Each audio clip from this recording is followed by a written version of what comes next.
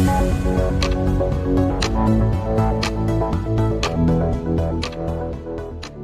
का अनवरत ये धरना चल रहा है। अभी तक आप लोगों का क्या कुछ पता चला, अंदर से बाहर से, या किसी के द्वारा कोई सूचना मिली या नहीं मिली? दरअसल में आज तक अभी ना तो कोई यहाँ पे अधिकारी आया है और ना कोई भी संदेशा आया है कि हम लोगों की मांगे पूरी की जाएंगी। तो हम लोग अनवरत अपना धरना जारी किए हुए हैं जब तक शासन सत्ता के गलियारों तक हमारी आवाज नहीं पहुंच जाती और हमारी मांगे तत्काल में मानकर उन पे आदेश निर्गत नहीं कर देते, तब तक हमारा धरना अनवरत चलता रहेगा। और इन मांगों में हमारी जो पुनरीक्षित वेतन, मृतक आश्रित और एसीपी का लाभ, स्थायीकरण, मेडिकल, ये हमारी मांगे बहुत ही प्रमुख है, जिनको कि तत्काल में पूरा किया जाना बहुत ही आवश्यक है। और अगर आपके माध्यम से माननीय योगी जी तक हमारी आवाज पहुंच रही हो तो हम कहना चाहेंगे आपसे कि जब शुरुआत में आप इलेक्शन लड़ने के लिए आए थे तो आपके कुछ नारे बहुत बुलंद हुआ करते थे कि हमें सबका साथ और सबका विकास चाहिए। यहाँ तो बस केवल हम लोगों का विनाश ही विनाश हो रहा है। कृपया इसे बहुत जल्दी से जल्दी संज्ञान में लेते हुए इस पर उचित कार्यवाही करें। और आपके द्वारा बजट 2018 से हम लोगों को प्राप्त हो रहा है, लेकिन वो बजट पता नहीं क्या कारण है कि आपके द्वारा सुध न लेने के कारण अधिकारी उसको दबाए हुए बैठे रहते हैं और साल के अंत में जब नया बजट आता है तो पुराना बजट वापस चला जाता है, जिसको कि आप तत्काल में संज्ञान में लें और हम लोगों की समस्त मांगे पूरी करें। तब तो हम जानेंगे कि आपने हमारे हक के लिए पैसा दिया था। ऐसे तो हम ये भी सोच रहे हैं कि ऐसा तो नहीं, जो हमारे अधिकारी कहा करते हैं कि शासन की देने की मंशा नहीं है, सिर्फ उन्होंने बजट आपको दे रखा है लेकिन खर्च करने की अनुमति नहीं दी है। तो इससे तो ये लगता है कि आपकी मंशा नहीं, लेकिन हम पे आप पे हमको पूर्ण विश्वास है कि हो सकता है आपको जानकारी न हो। तो महोदय आपसे निवेदन है कि इस हमारे मामले को तत्काल में संज्ञान में लेते हुए इस पे उचित कार्रवाई करें और दोषी अधिकारियों को दंडित करते हुए हमारे शासनादेश निर्गत कर हम पे लागू करवाने का कष्ट करें। धन्यवाद। महान कृपा होगी है कि कानून जो हमारा भारत का संविधान है उसके अनुसार जो भी दंड संबंध निर्णय लिए जाते हैं वो छोटे से शुरू होता है और ऊपर की ओर जाता है कि व्यक्ति को पहले अगर छोटा गुनाह किया है तो 10 दिन की सजा, 20 दिन की सजा, उसके बाद उम्र कैद, उसके बाद फांसी। लेकिन हमारे यहाँ पे एकदम उल्टा कर दिया जाता है। सबसे पहले सस्पेंशन की कार्रवाई सबसे पहले होती है कि इसका सबसे पहले गला काटो, जो कि तालिबानी में आता है। उसके बाद भी जब जी नहीं भरता तब ट्रांसफर कर दिया जाता है नोएडा जैसे सिटी में। यहाँ वेतन आधा हो गया, फिर नोएडा में अटैच कर दिया, तो नोएडा बेचारा जाके जीवन यापन करे। अब दो जगह का खर्चा, एक जगह का खर्चा लखनऊ जैसे सिटी में उसका पूरे वेतन में नहीं चल पा रहा है, तो सोचिए आधे वेतन में दो जगह का खर्चा वो कैसे उठाएगा। तो लिहाजा जो ये तालिबानी फरमान ऐसे जारी किए जाते हैं, जबकि इनको हकीकत में ऐसे चाहिए था पहले इन्होंने सैलरी रोकी होती। सबसे पहले तो नोटिस जारी होता है कानून के हिसाब से, उसके बाद में सैलरी रोकी होती, फिर ट्रांसफर किए होते, उसके बाद सस्पेंशन करते, फिर आगे जो भी कार्रवाइयां होती तो करते।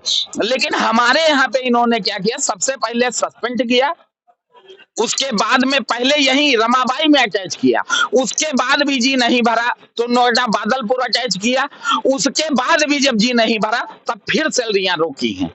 तो जो कि ये तालिबानी हिसाब से जो ये कार्य किए जा रहे हैं इनकी मैं भर्त्सना करता हूं, क्योंकि ऐसे कार्यों की जितनी भी निंदा अगर हम कर सकते हैं वो भी कम है।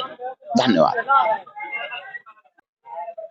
मीडिया के माध्यम से आपकी जो मांगे हैं सरकार से क्या कहना चाहते हैं? और अब तक 47 दिन हो गया है, आप लोग यहाँ धूप भी देखे, बारिश भी देखे, वह जलजले वाली ठंडी भी देखे, और अभी तक कोई जी मैं प्रदेश के मुखिया माननीय मुख्यमंत्री योगी आदित्यनाथ जी को मैं यही कहना चाहूँगा कि माननीय मुख्यमंत्री महोदय, आप बिल्कुल हमारी जो मांगे हैं, 12 मांगे हैं हमारी, 12 मांगे हमारी जायज मांगे हैं, वो जो है पत्र के माध्यम से शासन प्रशासन को, उच्च अधिकारियों तक सबको संज्ञानित हमने करा दिया है, हमारी टीम ने कराया है।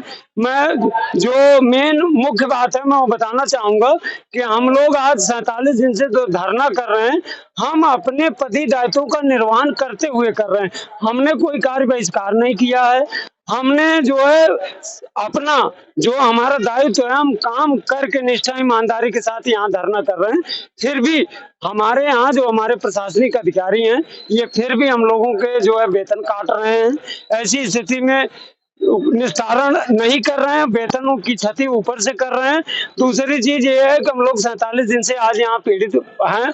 हम लोगों को अभी तो कोई शासन आदेश अभी मिला नहीं है, और ना ही उच्च स्तर का कोई सक्षम अधिकारी हमारे बीच में आया कि आपकी ये जो समस्याएं हैं इसको हम पूरा करेंगे, आप लोग यहाँ धरना जो कर रहे हैं इसे समाप्त कर दीजिए।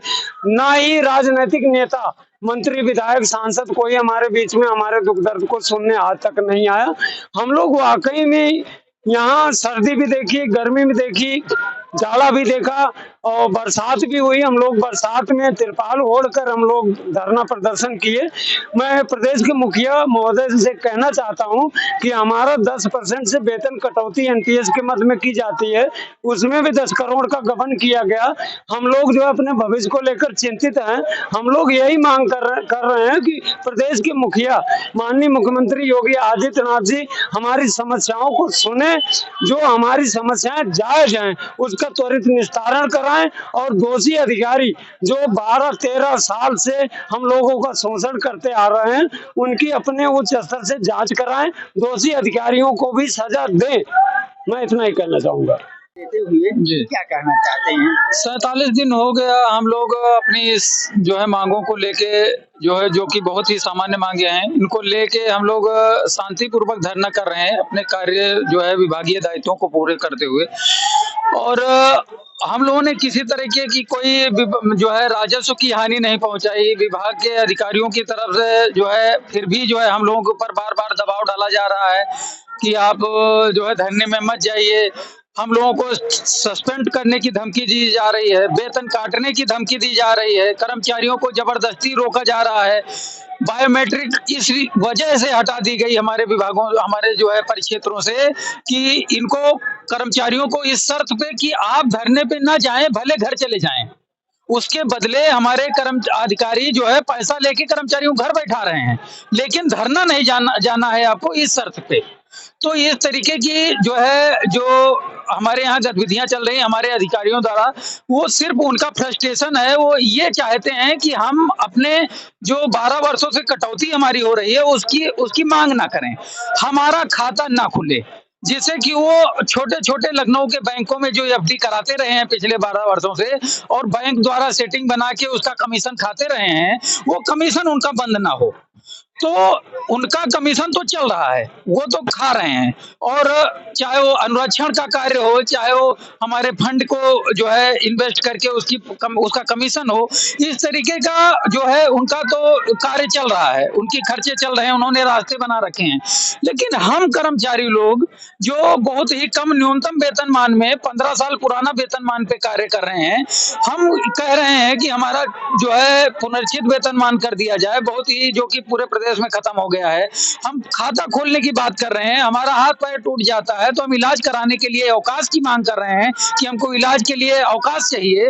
तो इतने सामान्य मांगों पे उनको ध्यान देने के लिए वक्त नहीं है, उसके बजाय हमको हमारे कर्मचारियों को तोड़ने, उनको जो है मानसिक प्रताड़ित करने, उनको जो है धमकी देने, इस पे उतर आना, ये साफ साफ दिखा रहा है कि वो दोषी हैं और पूर्ण रूप से दोषी हैं। स्पष्ट है कि वो भ्रष्टाचार में लिप्त हैं, और माननीय मुख्यमंत्री जी से हमारा यही निवेदन है कि वो इन भ्रष्ट अधिकारियों की जो है स्पष्ट जांच कराएं, और जो भी दोषी पाया जाए उसके ऊपर कार्रवाई हो। और हम जो बहुत ही गरीब तबके के कर्मचारी हैं, चतुर्थ श्रेणी कर्मचारी हैं, बिल्कुल सफाई कर्मचारी, निम्न कर्मचारी हैं, हम लोगों के साथ जो हमारे हक, हमारे अधिकार हैं, उनको दिलाया जाए। हमारे साथ पूर्ण न्याय होना चाहिए, ये हम आपसे अपेक्षा करते हैं। माननीय मुख्यमंत्री जी, हमको न्याय दीजिए। कुछ कर्मचारियों का वेतन भी काटा गया था। जी बिल्कुल, कितने कर्मचारियों को 17 से 18 कर्मचारियों का सस्पेंशन किया गया है और सस्पेंशन से ही हमारे अधिकारियों का दिल नहीं भरा। उन्होंने नोएडा जैसी महंगी हाईटेक सिटी में हमारा ट्रांसफर कर दिया, यहाँ से 500 किलोमीटर दूर। हम लखनऊ में ही सफर कर रहे थे अपने जो है दैनिक जरूरतों के लिए, और ऐसे में 400 की 500 किलोमीटर हम लोग को अटैच कर दिया गया। तो ऐसी स्थिति में ये कल्पना करना बहुत ही आसान है कि हम किस तरीके से दंडित किए जा रहे हैं, किस तरह से इनके जो है कुप्रयोग के भुक्तभोगी हो रहे हैं। और हमारा वेतन भी काट के आधा कर दिया गया है। जो वेतन हमारा मिल रहा था उसका आधे वेतनमान में हमको लखनऊ जैसे महंगी सिटी में हमको 5,000 6,000 रुपए किराए पे देके मकान मिलता है। अब उसका एक दिन अगर वेतन लेट हो जाता है किराया देने में, तो हमारे ऊपर जो है मकान मालिक प्रेशर बनाता है, आप कमरा खाली कर दो या हमको भुगतान करो।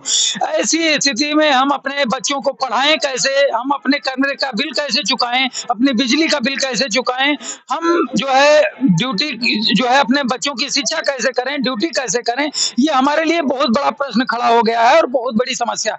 लेकिन फिर भी हम तब तक नहीं हटेंगे, क्योंकि ये समस्या 12 साल पुरानी हमारी समस्या हो गई है और ये समस्या और भी पुरानी होती जाएगी। उतनी हमारे लिए जो है और दिन ब दिन महंगाई की बढ़ते के साथ साथ हमारी समस्याएं भी दिन ब दिन बढ़ रही हैं।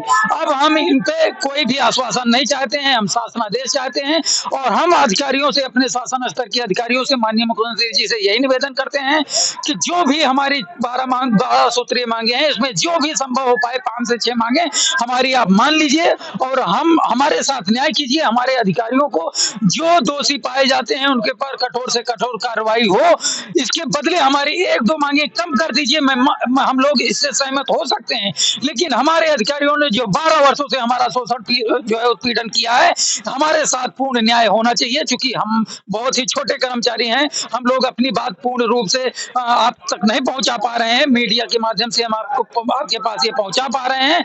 आप हमारी मांगों का संज्ञान लीजिए और हमारे साथ न्याय करिए।